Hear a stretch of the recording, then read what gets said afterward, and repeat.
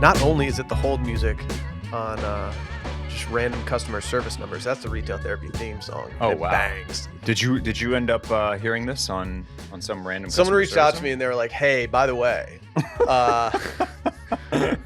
another major company bought the rights to this and they use it as their hold music." Sick. And I was like, honestly, that's pretty good hold music if I'm being honest. That's very good hold music. Yeah. But that is what happens when you go, when you go from the just the on market available type stuff, right? It wasn't cheap. No? No, I mean, it wasn't expensive, but it wasn't cheap. I think it was like $50. Okay. But I liked it All right. enough where I was like, okay, no, this fits the vibe. It slaps. Yeah. Yeah. Oh, yeah. I'm still good with it. I mean, until like, It reminds me of an old Talib Kweli song or something. until like, I don't know, Timbaland, Pharrell, till they reach out and just say, hey, I want to do a beat for the Retail Therapy intro. I think this one cooks. I would take that. Yeah, who's the ideal beat maker for us? I would say Pharrell. Yeah, Yeah? I get it. Yeah, and we could also have him on as a guest to talk about it. That would be Talk about LV, talk about That would whatever. be good. Yeah, he's definitely like a top 5 dream guest, I would say. One of my claims to fame is that I saw NERD in concert before they were big. That's huge. They were at Warped Tour and they were playing like one of the earliest time slots. And I remember being like, oh yeah, that strip club song was kind of tight. I'm going to go see them. And I was like front row, just Pharrell in front of me. And now looking back, like I didn't know what I had in front of me all that time. I was a big hip hop fan when I was in high school. Loved Nerd. And I was obsessed with like this won't surprise anybody, but I was obsessed with like seeing things in music videos and then trying to acquire those things. Yeah. So like famous like there was this one Ludacris song, I can't remember which one, but he was just wearing this black t-shirt that said Dirty South on it and had like these blue bars on either side.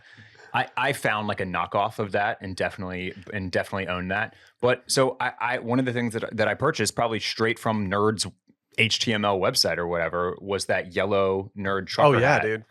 Do they still have those out? It fit me like hot garbage, and so I did not hold on to it.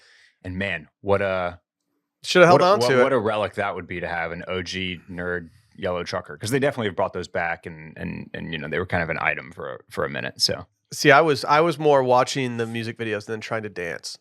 okay, Like the second I saw I Need a Girl Part 2, P. Diddy featuring Loon, I was like, well, I need to learn how to see walk in Timberlands right now. Right. Yes. I spent a lot of time in my parents' bedroom in front of their full-length mirror, just sea walking back and forth trying to get it. But I never got it to the point where I thought that I could bust it out in a genuine way. I think I tried it a couple times at like a school dance, and everyone just looked at me like, yeah, man, maybe just holster that. I was also dressed like Tom DeLonge at like formal dances because I was just so into Blink-182 and like punk music at the time that I was just wearing like wrist sweatbands. You had to have a wrist sweatband. Yeah. I was so, I think I told this story that I was so coy about the wrist sweatbands that I would wear them under sweatshirts and like allow it to poke out a little bit just to like test it in Spanish class, second hour, and just be like, is people down with this? Yeah. Like if I take off my sweatshirt, is the kid on the other side of the room going to roast me being like, he's wearing a wrist sweatband? I mean, as soon as Abercrombie started slanging wristbands, like that was, that was an item to have. I had one that was red, white, and blue with a skull on it, and I was like, see, this isn't just some normal sweatband. That sounds on the like wrist. it came from Hot Topic. No, this came from CCS. Okay. Yeah, right. I was a big CCS shopper. Yeah. I would beg my parents every time it came in to buy me a new complete or let me build a custom deck, like whatever. I just wanted it all. 2003, man. What a time to be alive. It was so good, dude. My first Limp Bizkit stickers were definitely from Hot Topic that I had plastered in my locker. For sure. We didn't have a Hot Topic near us, so I had to exist solely on magazines. CCS, Journeys for all of your skate shoe needs. I bought a Famous Stars and Straps belt because of Travis Barker. That was maybe a miss. That was maybe a miss. That was when Blink-182 stopped dressing like they were SoCal like surf bros. Right. During like the What's My Age Again time. Yeah. And then their next album, they decided to start wearing all black. Right. And so then I immediately was like, well, all black, all gray, or white. Like I'm only doing those colors. And I was just like, I was looking for girls at the rock show. Yeah. Can I tell you about a couple Instagram posts that I saved earlier today? You may. They're not even articles of interest, but okay. Kaya Gerber, remember how we talked about her shirt? Yeah. Oh yeah. She's like selling the shirt now or promoting continuing that the books are hot trend. Well, yes, she actually has a book club called Library Science. Okay. And it sounds like they're going to be dropping this little baby tea pretty soon. I think that I love the idea Mm-hmm. of celebrities having book clubs and making merch about it. Yeah. That's something. If they had a Paul Mezcal book club, Right. if You we would didn't join- care about yeah. copyright or Yeah. like using people's like images and likeness for product, Mm-hmm. I would absolutely just make a hat that says Paul Mezcal's book club. Like that, I would love to. You were a little late on that, Randy. But in time, within the allowed, Yeah. the allotted. Apologies. I mean, if we're talking book, can we actually skip down to an article of interest? Can you put up an image for me on the Of screen? course I can. I didn't It's realize that we had a book. No, it's okay. It was a late addition. addition to the rundown. We're having internet issues in the studio today, so it might not even be in there Okay. for you. But What- it's Henry Cavill being a little slutty. Henry Cavill for me is probably the best looking man on earth, and he's posted a gram that is very Sunday Scaries, where he's just reading a book in his backyard while smoking something on his giant ass smoker. Man, Like, you walk up to that, it's a problem. that is a problem. Do you know? Okay, this is actually perfect, and this is going to lead into another articles of interest. Sorry, we're bumping articles of That's interest. fine. a I don't couple over care. The top. Whatever. There are no rules on this podcast. Yeah, this is way too slutty. He can't be posting stuff like this online. But he's a low key nerd. Because I don't know if you know this, but speaking of books and book talk and the hottest genre on book talk is like all the romance and rom-com books. Yeah. Both of our wives are fans, I believe. Oh yeah. You know, he is like when all the women are on Reddit or Instagram or TikTok, like he's like the number one person that they are like dreamcasting as the quote MMCs, the male main character. Wouldn't you? I mean, I guess, like, I know these guys are all supposed to be like fantasy men, and so they're all huge and big and brawn. He's like a little too brawny for me. Like See, he's a little too big. I think I like the brawn because I Yeah. lack the brawn. Okay. You know All what I right. mean? Yeah. Like Yeah. like you know, like when people are talking with their partners about like their hall pass and stuff, Right. like you never choose someone that looks exactly like your partner. Okay. Yeah. Because like what's the point in that? Right, that's true. That's a so good point. like if I'm gonna choose a guy that I think is the hottest man in the world, I'm gonna go with a dude that's pretty brawny. Yeah. I okay. also like that he's got a little nerd factor to him because it's It's a lot of nerd a lot factor, of I'll nerd tell you. factor. I like that. It evens him out, you know? What's the nerd factor here, Randy? Besides him reading a book. Oh no, just him in general. Okay. All right. He is very much a big nerd. His He's interest His trend cool nerd. Yeah, Like- Warhammer 40K. Very like he was very big into the Witcher books before He got cast as the Witcher. Yeah, and he wants okay. to be in the Stormlight Archive, which I'm currently reading. Ooh, Yeah. So he's a huge nerd. I need to. I've got 40 pages left of Three Body Problem, and then I've got some other books not Three Body of the whole trilogy. I'm on the third and last book, but before I picked up Three Body Problem. I was in Stormlight Archives. Good. That's a great series as well. I've just finished the first book, and like Yeah. the second book has like 30,000 reviews on Goodreads, and like Yeah. almost 5 stars. Like I am very excited Yeah. for the second book. I had someone reach out to me about Sad Boy Lit, giving me a recommendation that I'm going to pass on. Okay. I did a little research on this author, and I Yeah. do think this person is maybe a little spot on. They said he's got very cheeky kind of British writing that's very endearing. His name is Richard Roper, and he's got a few books out. And I have officially decided I have gone on my local library's website, which you should all do. You can get easy digital copies of these books for free. Okay. And I have reserved some books, and I'm hoping that they line up well with my travel next month. Okay. What are the names of the books? I don't know. Just look up Richard Roper, spelled exactly like you'd think. All right. Okay. But yeah, I mean, the real like the book is great, the coffee mug, but like the smoker is just he's a nerd. He's reading, but also like the man knows his way around a grill. Mm-hmm. This is too slutty. This is too much, Henry. Get out of here. Emma Chamberlain recently did an interview where she said she's been reading while eating lately. Okay. And I'm like, you know what? I would probably stand to benefit from that. Probably stand to benefit. Reading while eating? Yeah. Just tossing the phone down, maybe getting a book out and just kind of eating your breakfast. I need both hands while I'm eating. Not breakfast. I kind of need both hands You while can I'm scoop reading, that bowl of too. cereal in your mouth. You don't strike me as a cereal guy. No offense. I mean, I love a bowl of cereal, but it's not my breakfast. No. If I eat a bowl of cereal, it's not breakfast. It's it's like a snack or it's 10:30. Yeah, or late night. Okay, here's where I wanted to go next because much like Henry Cavill. Speaking of hall passes, Yeah, much like Henry Cavill, another man that the ladies absolutely love and just fiend over is Slim Shiesty, Joey B, Cincinnati Bengals quarterback Joe Burrow, He went Slim Shady on him. who is well known for just like a gorgeous mop of hair. Yeah, my wife reminds me every time he's on the TV screen. Yeah, I can. yeah. She doesn't even have to say anything. Just the look on her face. I'm like, okay. And he absolutely devastated all of the female fans out there. Did he? I see. Yes, no. Hand up. I like this. I like it for right now because we're dudes. Because the homies, the fellas, think this is awesome. because he looks sick with it. It's But like, is this the new mustache? The women don't like this. They're all crying in the Instagram comments about this. Is bleaching your hair the new mustache? Where all guys are like, yeah, dude, bleach your hair, and like because mustaches now are normalized. Like women like them. They're much more fine. But like 5 years ago, if a guy had a mustache, it was like that's the guy with the mustache. I don't want that. Right. No, I don't think. I look. I mean, some women will probably be into this, right?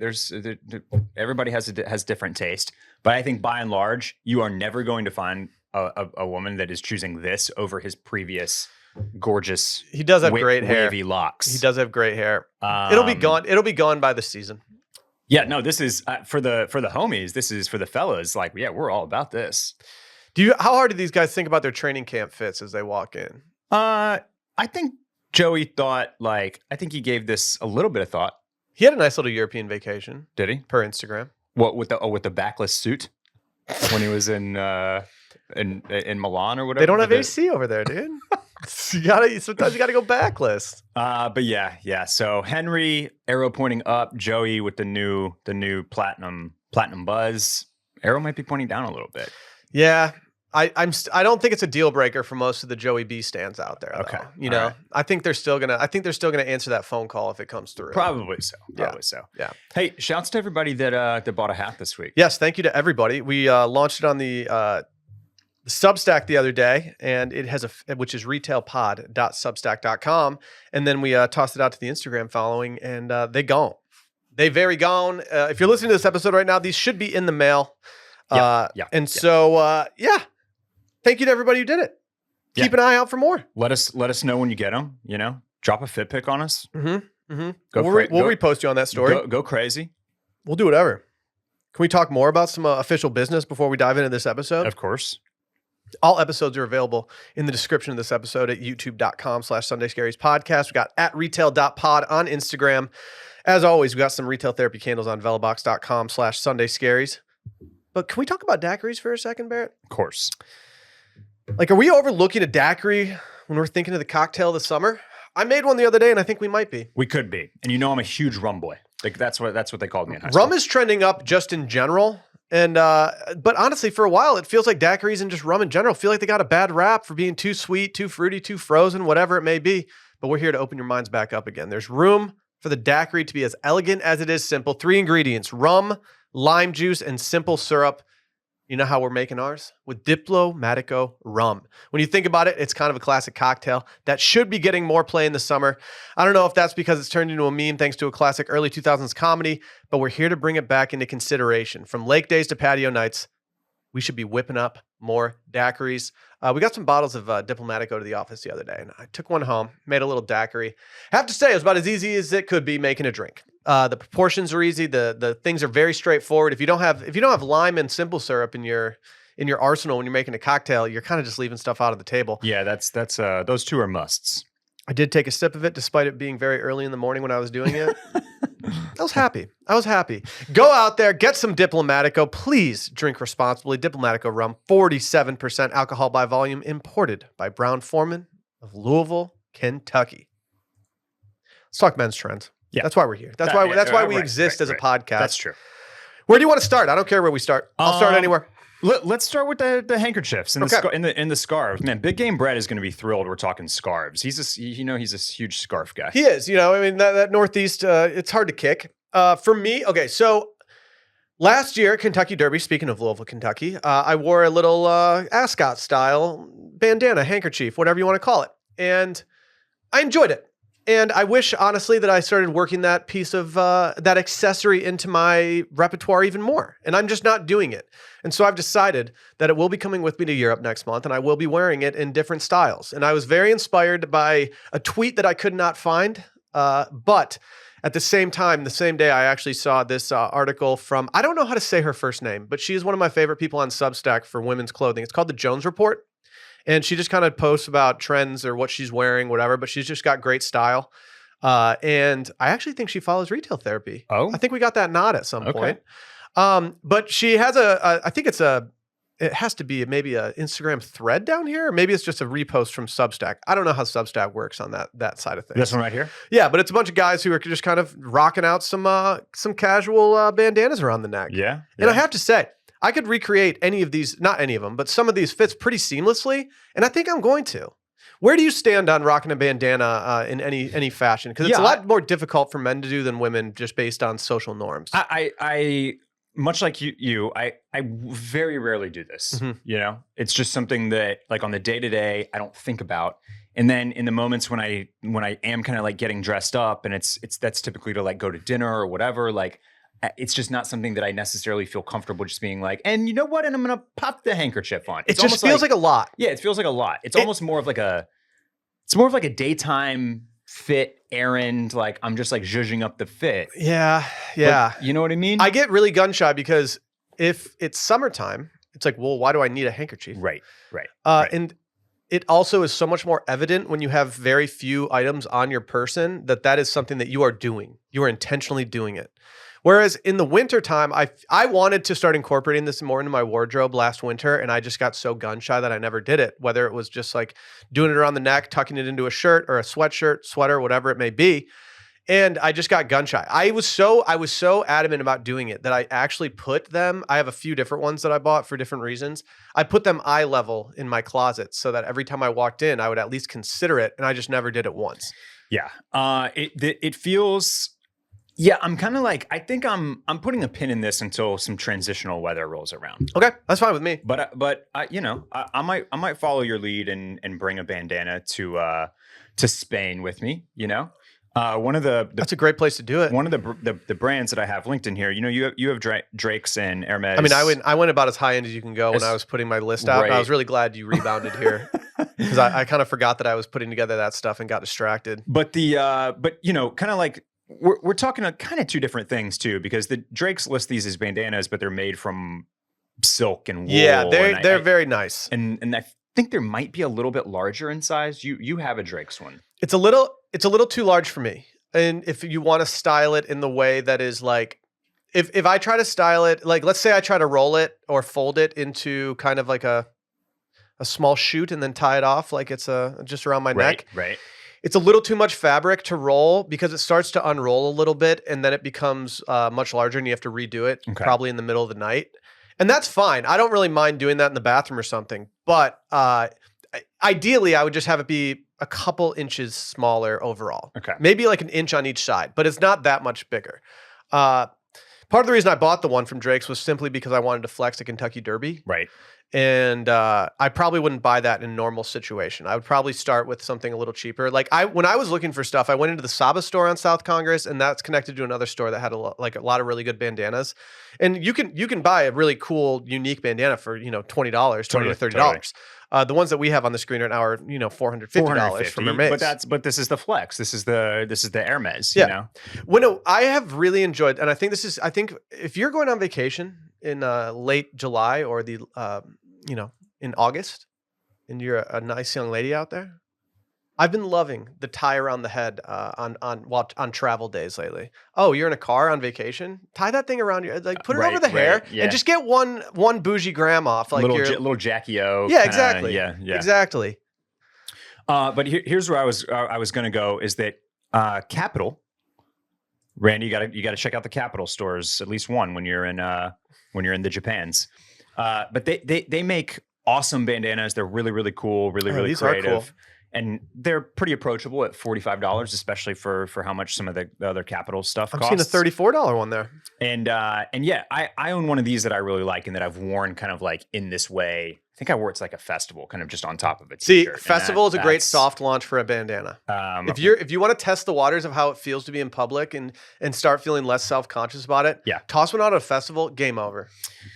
I've got Ralph Lauren listed here as well. They do some really nice ones. Double RL especially has a lot that kind of fit into this kind of Americana style that Capital does so well. But then if you're really just like looking to test it out, look, Zara is, Zara's doing a bunch of really good stuff too, and you can tell that they are selling these and positioning them to be worn in this way by how they have them tied up and wrapped here. I do as if they are little scarves. It's a really great way to, as you say, zhuzh up a casual outfit. Like I think it's a leap of faith in some ways sometimes, but I think it's cool. I mean, I'm not gonna do it Western style like I'm a bandit getting ready to rob a bank or anything. Yeah, I don't know, but you have, maybe this fall when Western Will comes back around. It's true. When Cowboy Will comes out, my one issue with this trend is that my body is not conducive to expensive bandanas around my neck because the beard rustles against parts of it and it starts to wear down the fabric a little bit, and so it is a slight hesitation of mine to wear like something nice or buy something nice because I don't want it to. There's a couple spots on the Drake's one that I have where I'm like, oh yeah. Beard might be a little rough for this one. Interesting. Yeah. All right. Yeah. Yep. But I mean, but for the ladies, just click on the Jones Report link. It'll be in it'll be in the listener's guide. Great fits here from. Sally asked me a while ago. She's like, "Who should I follow on social media for like fashion inspiration and stuff like that?" And so I started subscribing to like a ton of different women's Substacks just for and just for me too. I enjoy that stuff too. And so she was one that like I didn't unsubscribe from because I was like, nope, I really like what she does. It's approachable, it's classic, it's timeless, it's good, and so I very highly recommend her. Do you want to talk shorts or shirts? I want to talk shorts first. Let's do it. It's a never-ending conversation. It's being reported on again this summer. And I find some of the conversation a bit strange. This is a post from New York Times just recently within the last week or so. It's titled, "Men Wear Short Shorts and Long Shorts and Everything in Between. Micro inseams are trending, but almost any length goes." So thanks for the direction. This is like thank you for the direction there, Michael from New York Times. It could be strapless. And that's essentially where they go here. Here's a photo of a bunch of fellas lounging in Central Park, and you can see the full spectrum of inseams on display. So as directionless as some of this is, they are right. I would say. I think they are. Like right now, all the inseams are pretty much good. We've got the heavy fashion bros doing like longer, baggier shorts, which seemed like that was really where it was pushing for a while. And I'm surprised at this. I'm surprised short shorts came back so quickly because last summer it was like. It was very much trending in the direction that everybody would be wearing long shorts this summer, and I was dreading it. New York Times wrote the article, the like man pre-summer, with the big Stephon Diggs photo that led it off, right? Now, part of this definitely seems. I mean, this stuff was happening on the streets, right? But like the Paul Mescal Gucci photo had something to do with this because the next article that I'm going to bring up. Would you call it a vibe shift? A little bit of a vibe shift. He did. I think he was it a sort of. Single-handedly / with the help of Gucci shifted the vibes a little bit. Maybe it was like a vibe reshuffle. It could have been. You know, like. Do I need to get a vibe shift chimes? I don't know. We That's didn't. Good. That's good. Maybe we didn't use vibe shift for quite a while though. It just seems like because the vibes weren't shifting that much. But he shifted it because at least for us, like I mean. Everything was pointing to this last summer, like the long Jinko style shorts, and like there was no part of me that ever wanted to entertain that. And it was a rare trend where I didn't own any real estate in my head because I was simply like, you know what, I'm not doing that, so it is what it is. I love the options. I have always maintained that like somewhere between 5 and 7, 6 inches, that's a great inseam. Yeah. I really feel like that's the sweet spot that never goes away. But it's nice that we have these options. What I thought was kind of weird is that there is zero mention in this article of like how in the late 2010s, the short shorts really bubbled because of like fraternity and chubbies culture. Yeah. And there is almost no mention of that influence here. Chubbies they spearheaded. They really, they really did. Like they did. They were so popular for a while. It talks about how like the 5-inch inseam hashtag started on TikTok in 2020. Let me tell you, people No. were talking about the 5-inch inseams in like 2016 and 2017. Oh yeah. And it was definitely like a move, you know, it was a swerve for guys to be like a chubby's guy, right? Yeah. Oh yeah. But it was that's really, for me, that is where this I like short all shorts. started I've always liked popping short off. shorts. So when Chubbies came out, I was like, well, I'm buying some pairs of these because there's definite situations where I would much rather be wearing some 5-inch inseams than like the 8-inch inseams that I'm getting from J. Crew right now. Yeah. And it read broy, but I also didn't really care because I wasn't like doing it in broy situations. What were you saying, Randy? You looked like you were about to I was belt. about to say, I also think that you guys, TFM stuff, single-handedly like really killed You guys. cargo shorts. We were adjacent. we it became a joke. we weren't a part of the agenda of the raid shorts. The cargo shorts were killed by TFM. True. That's True. the point I'm going to make. Yeah. So the Vogue article, this one specifically points out Paul Mescal. Take a note from Paul Mescal and wear short shorts this summer. Okay. All good with this. But where I wanted to go here is Paul's fit specifically leans into this whole boxer short thing, right? That women are doing right now, where they're wearing like basically a pair of boxer shorts as their bottoms. Right? Yeah. And they're doing it with like the cool socks and sambas or sneakers, but then like something cool on top, like a button up or a big, like whatever, like, right. They're making the boxer short happen. This is kind of the men's version of it. And Paul's fit is, it's good. It's cool. It's very designery and he carries it off pretty well. But it goes on to show some other dudes attempting this type of look with the short boxer style shorts. And I got to say, it doesn't work nearly as well for men. No. And the reason is Legs too hairy. well, this guy just looks like he forgot to put on the pants. Yeah, he does. Right? He does. This is a miss for a few different reasons. Like everything is too autonomous except for the shorts. Like he does not need to have, matching greens up top and then just completely swerve on the bottom. I feel like you need a white shirt here to like offset this or something. Yeah, yes, because this is all so cohesive. And then it's like, oh, dude, I think with the socks pulled up, like the very traditional color for like a pair of Brooks Brothers boxers. Yo, dude, you forgot to put your trousers on. Yeah, you need your voluminous trousers on, sir. There's some other ones. I like the little leather ones here. These ones are much more short. Like they look like shorts. They don't look like boxers being repurposed or like boxers that are two sizes too big. This guy in the full Prada fit, I feel like this fit would have gone harder with some of the bigger, baggier shorts. Like it just looks okay. It would be more proportional to My me. brain would have never gone there, but once you said it, you're right. You're right. But then here's like a very classic fit. We got like the fisherman sandals, like a more cropped jacket, and a nice tailored pair of short shorts. This is where it works for me. He's also got the leg tattoos. He does have sweet ass leg tattoos. The dark shorts work much better in this than the light ones would have. Yeah. The leg tattoo really solidifies that he can do whatever he wants in this situation because he's got good legs and he tatted them up. So, my point being, wear whatever inseam you like. They're all a go right now, but be very wary of the boxer short thing on men. Fair. I'm not. I don't think a ton of our listeners our male listeners are like going for this necessarily, but just make sure it looks like you didn't forget your pants. That's all I'm saying. Don't make other patrons at the restaurant worried that you might pop out. Yeah. Like that's what my brain goes to. Like, don't look down there because you might see something you don't want to see. It's like the whole locker. That's like being in a locker room in high school. It's like just don't look down. Yeah, you don't need to. I saw a recent article. I forget who it was from, but it was behind a paywall. So we have found an archive version of it that's trying to dub an Abercrombie shirt as the shirt of the summer. How do you feel about this, Barrett? How the Abercrombie crochet polo became the shirt of the summer. Well, I'm okay with it, Will, because I mean, here it is right here. My man. My man. This is one of the Abercrombie crochet polos, and it's an awesome shirt. It's a great shirt. I do not know how they figured out how to do these as well as they did for under $100. Does that concern you? No. Okay. Yeah. That was a question I had. Like they're selling this shirt that if I saw this shirt not knowing anything about what it's made from and I saw it on a different website, I'd be like, well, that's $175 shirt or that's whatever. When I saw it was $100 on Abercrombie, I'm like, is that too low? Is that so low that it scares me that I'm doing something bad?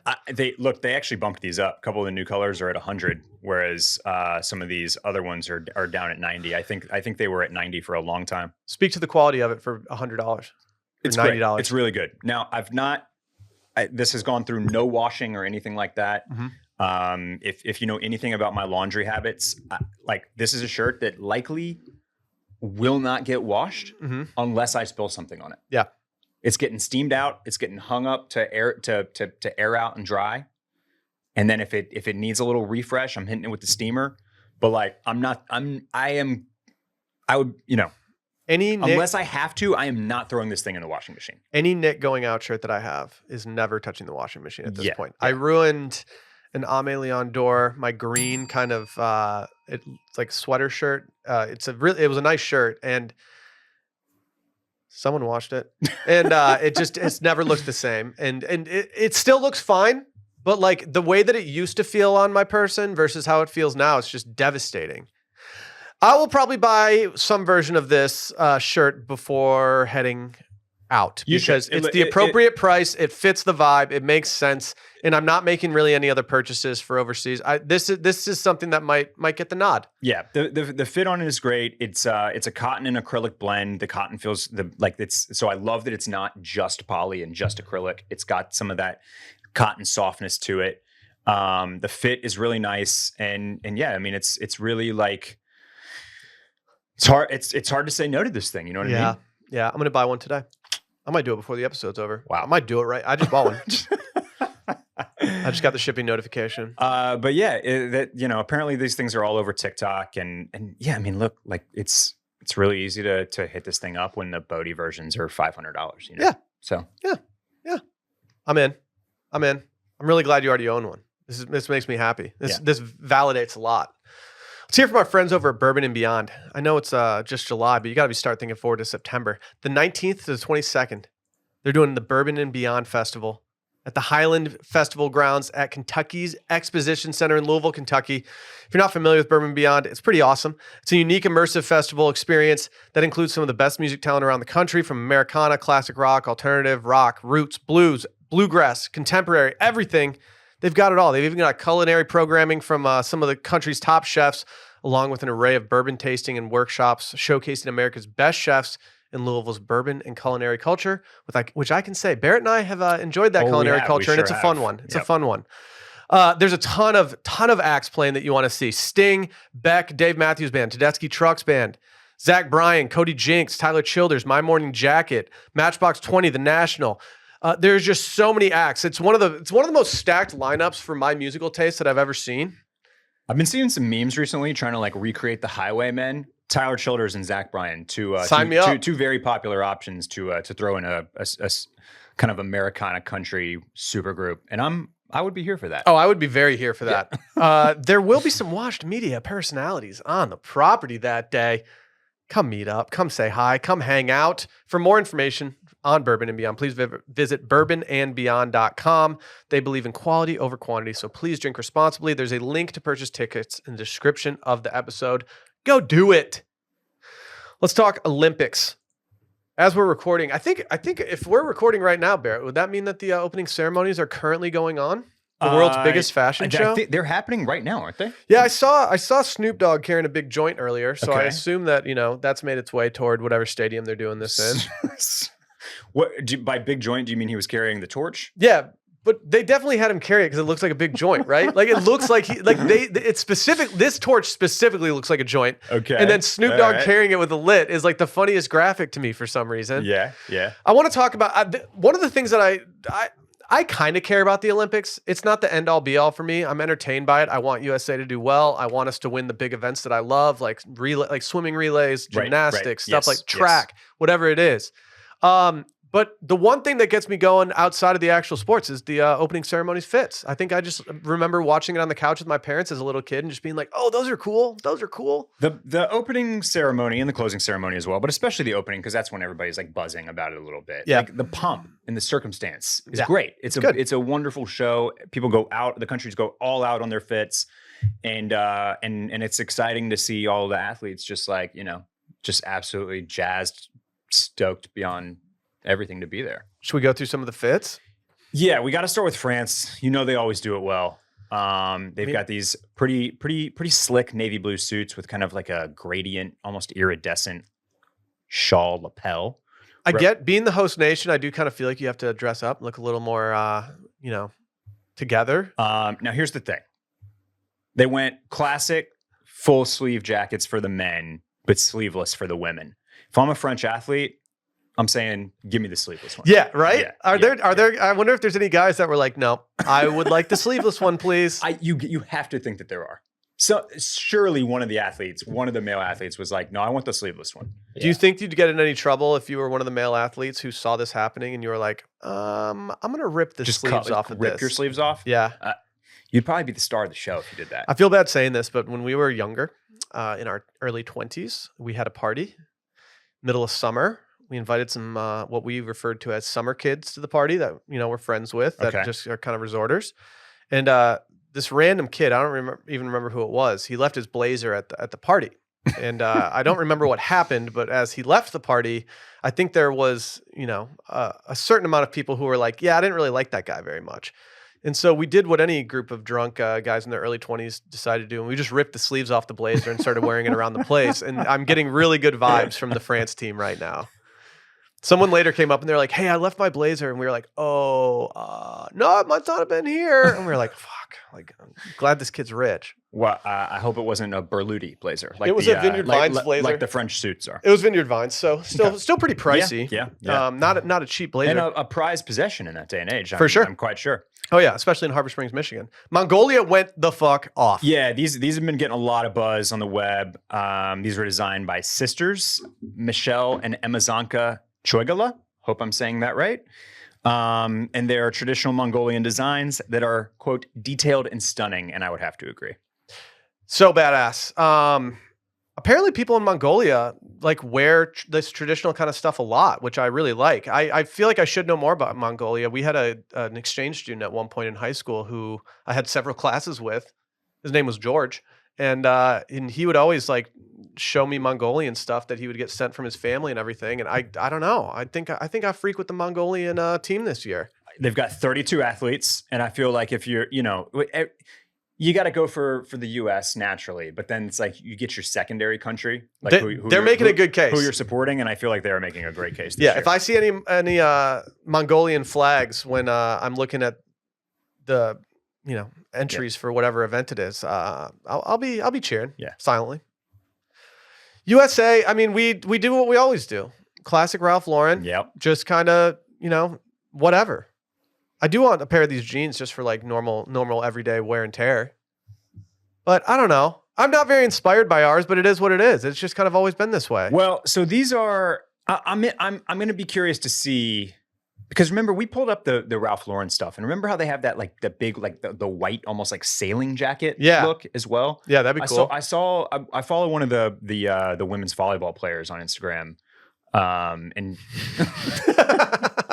do you? I'm just a big volleyball fan. I get it. That's all. I wonder if Stanley is still on the men's team. He was my guy like 10 years ago. Okay, maybe 12. But I saw her and one of her teammates. They did like a little reel. They were flexing that white sailing fit. Yeah, and I thought that was maybe going to be featured in one of the ceremonies. Maybe that's closing ceremony. I actually think it behoove Ralph Lauren to allow the athletes to wear anything from their Olympic line because it would just be. I mean that you gotta show unity though. You got to be in the same thing. It's true. It's true. So these might be the opening and those might be the closing. Grand opening, grand closing. Who we got now? Next is Czech Republic. The Czech Republic. Theirs are kind of heat. It's out there.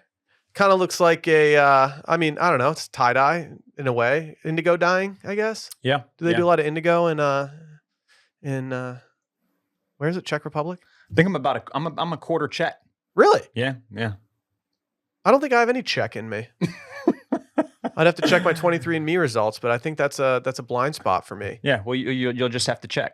I don't like the pants here. Nah, these are underwhelming to me. I don't really get the pants the more that I look at it. Why go with a blue, like an indigo jacket dye job? And then is this just a bad photo and they're actually blue? Maybe. I think, they're probably navy. Okay. Probably navy blue. If those are black, that's a miss. If they're navy, I'm fine with it. Haiti going off. Okay. Only 15 athletes, I think I read for Haiti. Okay. But yeah, 15 athletes. But they're gonna be stunting in these ceremonies. Yeah, I mean, yeah, that's pretty good. That's pretty good. Do all of the countries have like one designer who handles like? Yeah. Okay. Mm-hmm. Okay. And then Canada going full red on red. I mean, that's Canada. That's Canada. They're not really doing much. They're just like, here's a red sweatsuit. You look like you're in a Mighty Ducks movie. They're probably devastated though, all the ones that follow data but make it fashion, to learn that red is already on its way out. How? It was just on its way in. She says she's deading it. It's only been like 8 months since we talked about how in red is right now. Republic of Ireland. Boring. Is that a mesh panel on the pants? I don't believe know. It is. It's not a great drug pocket, just being in that visible area, being see-through. Yeah, I don't like these. Yeah, I'm not into it. No, who designed these? I have a lot of Irish in me too. Sorry, Barrett. That's okay. It's all right. I'm not going to ride with the Irish on this one. I saw speaking of data, I saw a big chart on Reddit that was like the great grandparents of every U.S. president. A lot of Irish. Shitloads of Irish. I didn't realize how much Irish was in my blood until I did 23andMe, and I was like, oh, yeah, okay, much more than I ever bargained for. Yeah, a lot of just like that. Well, that's what I'm learning. Just a lot of Irish in America. I'm like 40% or something like that. It's high up there. Okay. High up there. Egypt. I'm into it. I like the kind of Tom Brown-esque. Did Tom Brown design these? I mean, they look. Yeah, it looks very Tom Brown with the seersucker and the kind of. But they'd be going the red, shorts, white, and right? blue. Yeah, they would. It'd be shorts. They'd be Mr. Wonderful at the Kentucky Derby. But definitely inspired by, I would say. I like it. Clean, good. If you're gonna go kind of like more not dressed down, but if you're gonna go more minimal like this, I'm very okay with this. Kind of representative of a North African country too, right? Like light, breezy. Yeah. Yeah. Yeah. How about GB? So great. Okay. So in the Olympics, Great Britain, they play under Great Britain, not England. They must. What? This is always so confusing to me. Yeah, it is to me too. I don't know. So Great Britain that's multiple countries. This is why you see Don't look at my Google history right now. This is why you see the Union Jack on there instead of like the red and white cross. So the United Kingdom is England, Scotland, Wales, and Ireland. Okay. Whereas Great Britain, see, it's just defaulting me to United Kingdom when I do this. Yeah. Hold on. Strange. Great Britain, therefore, a geographic term referring to the island known simply as Britain. Not helpful. They gotta work on their fucking branding. They do. It's like when people in content don't have the same ad across everything. I'm like, you're just confusing me. I want to be able to tell someone like go to Barrett Dudley on Instagram. I don't want to say like go to Barrett Dudley on Instagram, then BDudley6 on Twitter. Yeah. On the back of the jacket, the letters GB sit next to the flowers of each of the 4 British nations, which have been weaved together. For England, there is a rose. For Scotland, a thistle. For Wales, a daffodil. And for Northern Ireland, a shamrock. This is bullshit. If we lose to Great Britain, so they are in medal count, I'm going to be annoyed that they have more of an opportunity. I would also like to cheer for Scotland exclusively. Okay, this doesn't make any sense because there's not a great British soccer team. Correct. There's a bake-off though. Thank you, Randy. True. That is true. Last season was an all-timer. Shouldn't a new season be coming out real soon? Yeah, you'd think. They always tape during the summer, which never makes sense to me because they're always like the refrigerators are never cold enough and the ovens are all over the place. It's like why just bump this? That should be a warm, cozy show. Yeah. They need a film in the fall. Why are they not filming in the fall? I want them wearing chunky sweaters. Yes. I don't want them sweating and like taking off their like clothes and stuff. Like I want it to be as cozy as possible. Yeah. I want steam coming up from that tent. Oh man. Any other standouts? Oh, let's see. Netherlands going not that much orange is kind of surprising. I feel like they love a lot of orange. They do. The Netherlands also just kind of looks like an Amélie Andorad. It does. Yeah, right? they definitely. Randy, come on. I had it earlier. Last one here in Mexico. I'm feeling the jacket. flamboyant, but that's how That's a good way of describing the it. ceremony should be. Yeah, it's not my favorite jacket, but What about I'll ride with my North American brethren. what about Australia? They've been getting some blowback for theirs. Why? What are theirs? They weren't pictured on here. I didn't see Australia's. I would look them up. They're not great. They're I think a lot of people on TikTok are kind of like flaming that they don't look the best. Okay. Yeah, let's see. They're like they're green. Yeah, the first headline that comes up just says all I'm seeing is green suits with shorts, which I don't hate. This says Aussie athletes savaged by fans over uncool Olympic uniforms. I have to say, Barrett, I'm in the same boat as you. I don't see any issue with this. Yeah. I actually kind of like it. It kind of looks like they're going to the Masters, though. Yeah. But I mean, I guess maybe it's like a little fuddy-duddy, but I think the women's dresses were really like not that great. The focal point. I mean, okay. It might not be the ceremony stuff. It might be like okay, those are pretty bad. yeah, that's not great. Yeah, the opening ceremony stuff seems fine to me. Yeah. I'm okay with it.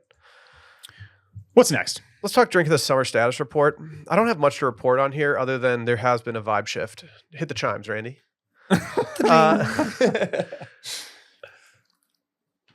I've previously been talking about how red wine's been upsetting my stomach. Just making me feel a little nauseous. Like nothing bad happens. It's just a little nausea after it. Maybe it's because I'm eating it with like decadent meals. Yeah. I think I'm falling back into it though. And lately my go-to order's just been I've been drinking a lot of white wine here, Barrett, and I'm worried that crisp white wine is emerging as my drink of the summer. I'm 90% white wine these days. I went to a little. I will have a sorry. You're good. I will have a glass of red if somebody has an awesome bottle of red out. Okay, but I am almost never ordering like just my $15 glass of red anymore. We did a wine tasting recently, and we spent a lot of time on the Pinots, and I've learned that. That's all I'm drinking during the summer. If I'm drinking red, is Pinot. Yeah. Like I started trying a few different ones, and I was like, yeah, that's something I'm going to sign up for. But I went to a nice little wine bar in Austin, Rosie's. Big fan of Rosie's. I have to say, it's great spot. It's a great spot to get a cocktail. You can actually get cocktails now there, foolproof cocktails if you want to. There were some people drinking martinis, and I was like, are those made out of like rice wine or something? Like I don't understand how they're doing this, but they have it. I did what I normally do on a wine list where I just found something that looked interesting based on the name itself. And when I ordered it, she said, it is a bone dry white. And I wasn't in a position I didn't want to recoil and be like, oh, well, I don't want that. So I was like, let's ride then. Let's do it. And as I was drinking it, I was like, I did not know this is exactly what I wanted, but this is exactly what I wanted. Okay. It was some German wine that was just very, very crisp and white. Is it a Gruner? I think it was a style of a Gruner. Okay. It had a very aggressive name that I could not pronounce. Okay. And I think it's changed the trajectory of the rest of the summer for me. I think this might be the route that I'm going. I'm going to go grocery shopping. My wife is out of town this weekend, and so I need to pick up some accoutrements. And I think a bottle of white wine from the second shelf above the floor might get bought today. Yeah, the $2 sign might get hit today. Yeah, it's. I was just at a dinner this past Sunday, and we had a French Chardonnay. I had a Chablis from Burgundy. Recently was sitting at a pool with a bottle of Muscadet. Like I love a Gruner. Like it's just the white wine. They just there's we all I think you think about like a crisp Sauvi B. Yeah. Naturally. Yeah. Right. Yeah. But beyond that, there's so much nuance in if you like that, there's a bunch of other stuff that you'll like. And it's like you said at the top of the segment, right? It just seems white wine is just sitting better with me these days. Yeah. Yeah. If I don't have as much trouble falling asleep, I don't have any like issues like bodily wise. No, it's kind of not one and done, but like it's a very clean transaction for me. When we were doing the wine tasting, I definitely started asking way too many questions to the gentleman that was hosting it. Shout out Josh. I actually offered him to come on the podcast at some point and talk wines because he was just great at describing everything. Cool. But we were talking about like the connotation around Chardonnays and around Merlots and things like that, and how like the general population has really like made fun of them to the point that like it's hard to order now. But Right. he started pouring me some tastes of Chardonnay, and I was like, see, this is one of these situations where like Chardonnay got so big in the 90s with our moms and stuff, and it became like the joke, like, oh, a Chardonnay. That now it's like it's tough to order, but if you order the right one, it is so good. Yeah. Chardonnay can be awesome. What like a California Chardonnay or like our classic typical California Chardonnays, that's what we think of as like buttery and oaky and all that. That some people like that, and that's fine. Yeah. But there is a whole world of Chardonnay outside of that is like awesome. I had exactly one glass of Chardonnay from a $200 bottle from Napa. And I was like, yeah, I get why you're in love with this. Yeah. It's not always my style, but I get why you love this so much and why you're willing to do stuff that. like the heavy body. Yeah. Yeah. Yeah. And it was interesting to me, but it's not something that I don't see myself diving into Chardonnay super hard, but I think that it is underrated and something that people avoid for no other reason. I think restaurants avoid putting it as a single glass of like a wine by the glass because Totally. they're scared of it. Yeah. I used to just make so many things up for the wines by the glass that we would rotate every day at my old waiter job. Like people would ask me what pairs well, and I would just pull it out of my ass, and then they'd always be like, "That was such a good recommendation, thank you." I was like, "You're welcome." But besides, and I got to whip up a diplomatic Eau daiquiri, obviously. And that's probably what I'll lead with, trying to get back into the cocktail making. But I've not been doing it this summer. I've not been whipping up cocktails this summer. The only cocktails I've been whipping up have been Americanos. It's been like 1 part sweet vermouth, 1 part Campari. Yeah. It's been just a little cooler in the twilight hours of the night, and it's low ABV. It's got a little sweetness to it, and it's got enough flavor that you feel like you're drinking a pretty stout cocktail. But I've really been enjoying that, and I'm not drinking very many of them. Like it's maybe one every week or couple weeks. Yeah. But it's the only thing that I've been mixing up at home that has been consistent this year. I've been drinking liquor at home less lately than I have in a long time. We honestly, I don't know what it's been about the summer, but we've just had stuff going on every single weekend, which means that I'm drinking a lot less at the house because we're going out to this, going out to that, and so there's just I've had far less opportunity to do it. And as I've kind of half joked on the podcast, what I've been drinking the most this summer, like the most consistent thing I've been drinking is seltzers, and that is. I love it. That's kind of an abomination on retail therapy. I have not had one single seltzer. I get it, but like a grapefruit White Claw just absolutely hits. I've had zero. I've had zero seltzers this High summer. Noon on the golf course. Yeah. Hits. I saw people ordering High Noons last weekend, and I was like, I'm not doing it. Yeah. It's dangerous. I'm gonna stick with the Miller Lite. I went Coors Light, right? Because you basically just need to hydrate. But Exactly. But a High Noon would have hit. I know that much. Yeah, they're expensive at that golf course. They are. They were are. getting it was also like 9 a.m. It was widely panned by the group and the prices of those things. Should we hop into? Oh, I want to make a point here. I will hear a case for replacing a martini in the New York Happy Meal, Caesar salad, French fries, martini. I will hear replacing that with a glass of crisp white wine. Okay. And I will go as far as to say that is more ideal for me right now. Okay. That sounds great. A martini on a salad doesn't sound great to me. Yeah. Like, no, I get that. It's going to go straight to your head. Yeah. But I guess that's what the fries are for. That's what the fries are for. But I think a glass of white wine is more sustainable. True. You can replicate this over and over, whereas a martini's got a quick ceiling that'll hit you in the head real quick. Let's do some articles of interest. We've already talked about Cavill being slutty. We didn't talk about this last week. What are your thoughts on Auramaxxing? How are you maxing your aura right now? I knew I was going to be on camera today, and I did my eye cream. I've been slacking on my aura lately. So that was to follow suit with the trend here. That was plus 100 aura for me. Okay. Mm-hmm. Okay. Mm-hmm. So what? So people are just making up fake aura numbers and like they're doing looks maxing things, but associating it with aura points. That's right. They're basically they're gamifying Auramaxxing, where they're just like saying that random stuff that they're doing, like mewing, is gaining them, plus 200. But then it's so dumb. The dude's TikTok that just says waking up on your back with your mouth taped shut, plus 200 aura. But then they get mogged on by their friends, and that's like minus 1,000 aura, right? Oh yeah, what was his negative 200 right there when he talked to somebody? You can't talk to anybody and stop mewing. Obviously, that's going to be negative aura points. Yeah, this is weird, but all these TikToks are like weird to me. I don't, so It's Black Mirror. It's by the way, I cannot sleep on my back. I accidentally fell asleep on my back the other night, and just like always, sleep paralysis. Really? Yeah.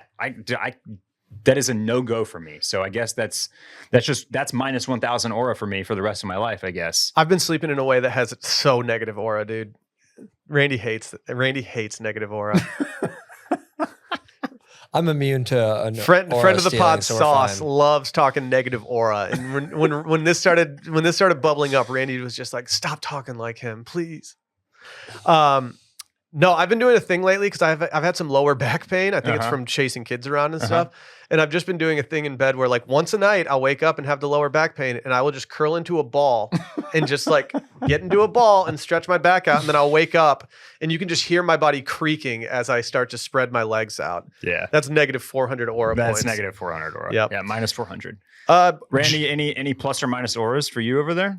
I gotta think Japan's gonna increase my aura. That's true. Definitely increase. It's true. Are you gonna hit any record stores over there? Actually, dude, there's some like Japanese jazz, like summer jazz that I could probably get into. Yeah. Oh yeah, you'll get to hit up a real what is it, a kissa? The Jap like a you go and you listen to a record. Sure, I have no plans outside. It's a bar. Yeah. It's a record ring. Is this an opportune time to update the listeners with our recording schedule? But yes. Okay, so on the tail end of August, second half of August, it's going to be real disjointed on the and not as disjointed as it could have been though. We're in a good spot. We're here. in a pretty good spot. Barrett's going on his honeymoon to Spain. Yeah, I'm going to my brother-in-law's wedding in Italy, and Randy is going to Japan. Just in the blink of an eye. The fastest Japan trip ever scheduled. And so, the last half of August, I will have an episode out that I'll be doing while you are gone. Okay. And then we are going to go without an episode for a week because none of us will be in town. Right. So sounds great. Look, everybody takes time off in August. That is one thing that I'm learning while making reservations. Honestly, I respect that the retail Spain. Therapy boys are they're going international at the end of August. We have to. As we should. We have to. It's on brand. It's on brand. Randy, going to the Japans. Maybe a Jazukisa. Are you taking a boat over there? I would like if I could have my ship back. Yeah, take a ship over there, dude. Man. But what about Randy's ship? Where's my ship? Am I going to be closer to Barrett or you, Will? Probably you. Yes, Will. Yeah. Italy is further east, I believe. Yeah. Yep. Oh man, that's huge for the pod, though. That's September already a big month for the pod as we get into fall fashion. Kind of baller that we're just and then we're all going to be coming back from 3 amazing locales. Pretty baller. I'm pretty proud of us right now. Huge for the podcast. Yeah, like we're just Mr. Worldwides. The Times. I have a special connection with the Times because for some reason they had it everywhere that I was. I mean, it's an English publication, but I picked up one as I was entering the airport last time we flew out of London, and they had so many Sunday Scaries adjacent, like small little tidbits around the physical copy of the newspaper that I was like, oh man, I want to subscribe to this. It's very expensive to subscribe to, but they have an online subscription.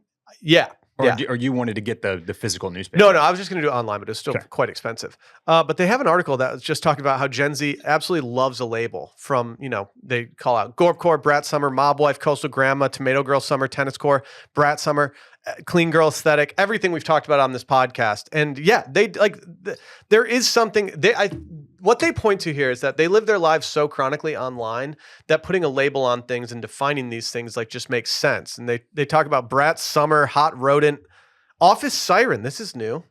I've heard of Office Siren. This was like all. This kind of got memed because everybody was doing all these women's were doing with hauls or get ready with me for their office look. Mm-hmm.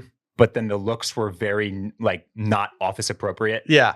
It's like you checks out. You people have clearly never had to actually be in a corporate office, right? Mm-hmm. Yeah. So I think that's where that came from. Adidas Ick. That's new to me.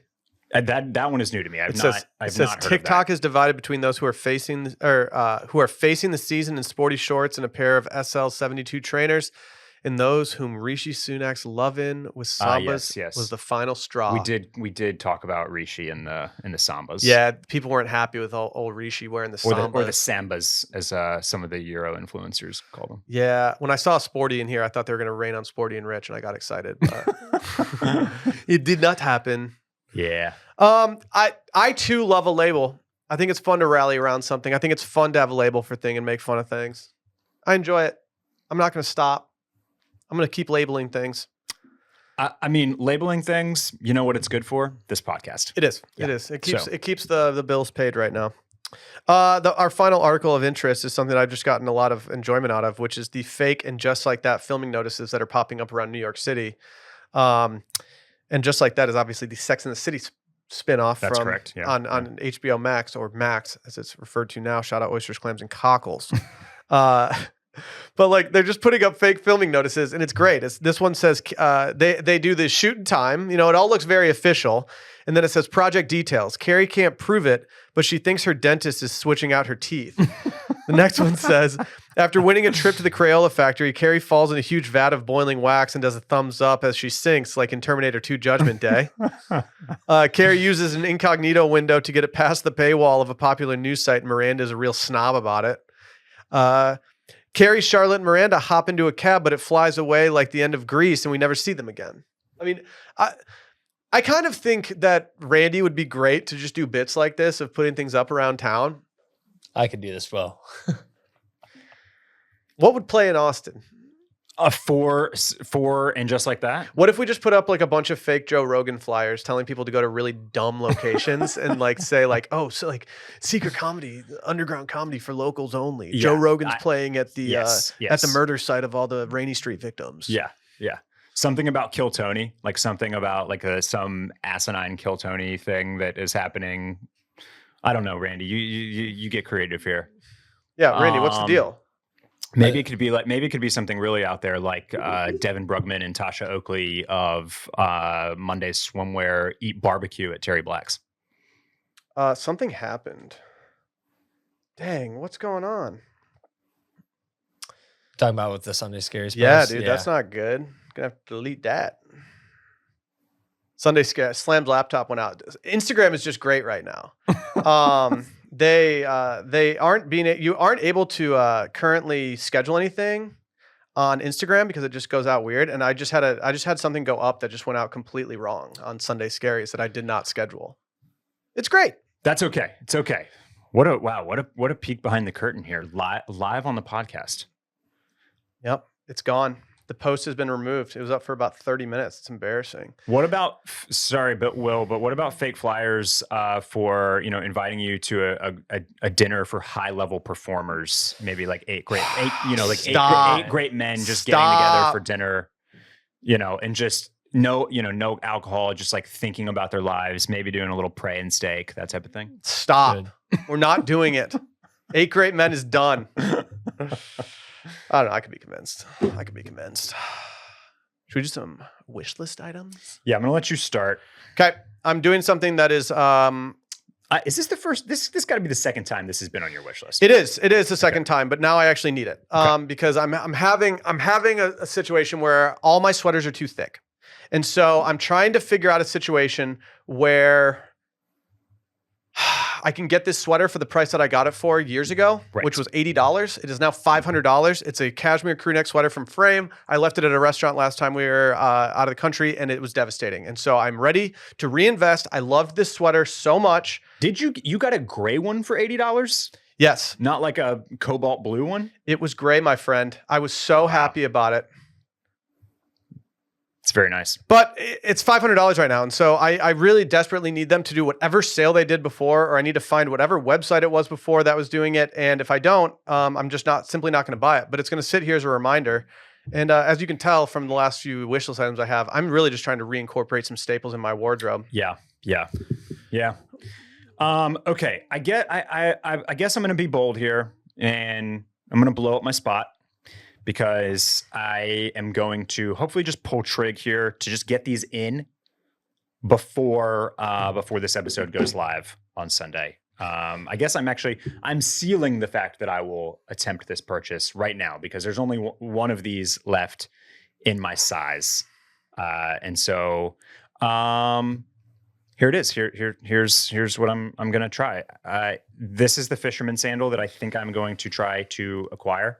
These are from Vinny's, which is a label you may have heard of if you hang around these parts a little bit. They're doing kind of like Blackstock and Weber. They've become kind of like a go-to source for cool men's shoes that are not sneakers. So they're big in the loafer game. They're doing some stuff that's like boat shoe adjacent. They've got some mules and some clogs out there. And this is a pair of the fisherman sandals that I think I am going to try. I've seen fit pics where I think these look really, really good. In the online photos, I'm a little bit worried about how big the buckle is. So we'll see. Like, is it giving Pilgrim a little bit too much? To be determined. But you're on a sneaky, covert, undercover mission right now to normalize fisherman sandals, and I think I'm for it. Yeah, I think I'm for it. I've been getting, speaking of Sauce earlier, I've been getting some fisherman sandals sent my way from Sauce, and I think he's in on the movement too. Okay, what's he sending you? Do you know? Just I forget. I'll look and see. They were very price conscious, which I appreciated, but he made a good point. He's like, yeah, I mean, I think you made the point on the last episode that like these really can be dressed up or dressed down in ways that a lot of other shoes can't. And I don't know. I don't think I can pull them off. Laura's putting together like a big, like she uses Canva a lot. Okay. And she's got like this big pegboard going for all of her, like her packing and her fits for That's Spain, a good idea. for Spain right now. It's really cool. Seems like a great app. And you know, we were looking at like her potential shoe options that would go with everything. And that's what I kept thinking about again. I was like, look, I don't want to be in a pair of sneakers every single day. No. But walking around in a pair of like backless sandals of some sort, I think your feet are going to hurt. I can do it. Okay. Like you can do Sabas all day.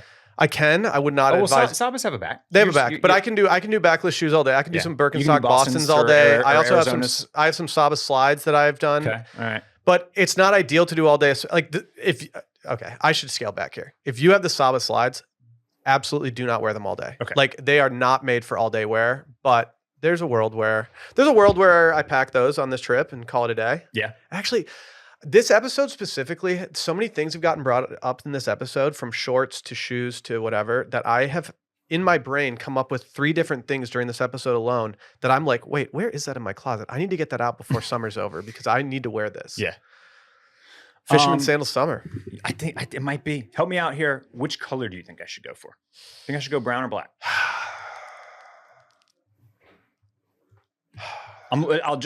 Right now I'm leaning black. I'm 60% black, 40% brown right now. Okay. But so we were saying is that I should bring in dude, this both. is completely contingent on the rest of your wardrobe that you're bringing on the trip. It really is. Because I always will bring a black belt on vacation with me because my Belgians are black. Right. And the Belgians are a non-negotiable packing item. So it's like I always just have to have a black belt on my person at all times. And so I'm more like, I don't know. I don't know. This photo that Aaron Levine posted, let's see if I can pull it up right now, really has me. Shit, where is it? It's what's got me going towards. I can't find it, but we'll put it. Yeah, in you pulled up the Belgian photo. Yeah. The man's got good taste in shoes, but He's just got good taste overall. That's what has me really leaning towards the black. Is there's this photo of him. And a pair of black ones that just looks sick. Yeah, I think black is a lot more normal to the eye for a fisherman sandal versus the brown, which almost turns my head like 10% more. The brown tends to look like it looks more old school. It looks more dad sandal, right? Yeah. Like it reminds me more of the giant chunky Doc Marten versions that we wore in middle school. I agree. It reads bass. Yeah. By the way, Aaron looks like he's working on a new line, and he's been posting some BTS of fittings and all that type of stuff, and looks like it could be very cool. I'm fine with that. I mean, he's a deadhead, so I'm on board with Aaron Levine. I respect the grind. Is that all we got? That's all we got, man. That's all we got. I think we should break. I think we should go have ourselves a weekend. Okay. I think we should go enjoy ourselves. Let's do it. I'm going to go pick up a bottle of wine and something to grill. Maybe a crisp white. Yep. I'm gonna go up to the guy in the section and say, show me your crisp whites, please. Okay. There it is. I need one for $18. No more. But I will do less. All right. We'll see you guys next week. Bye-bye.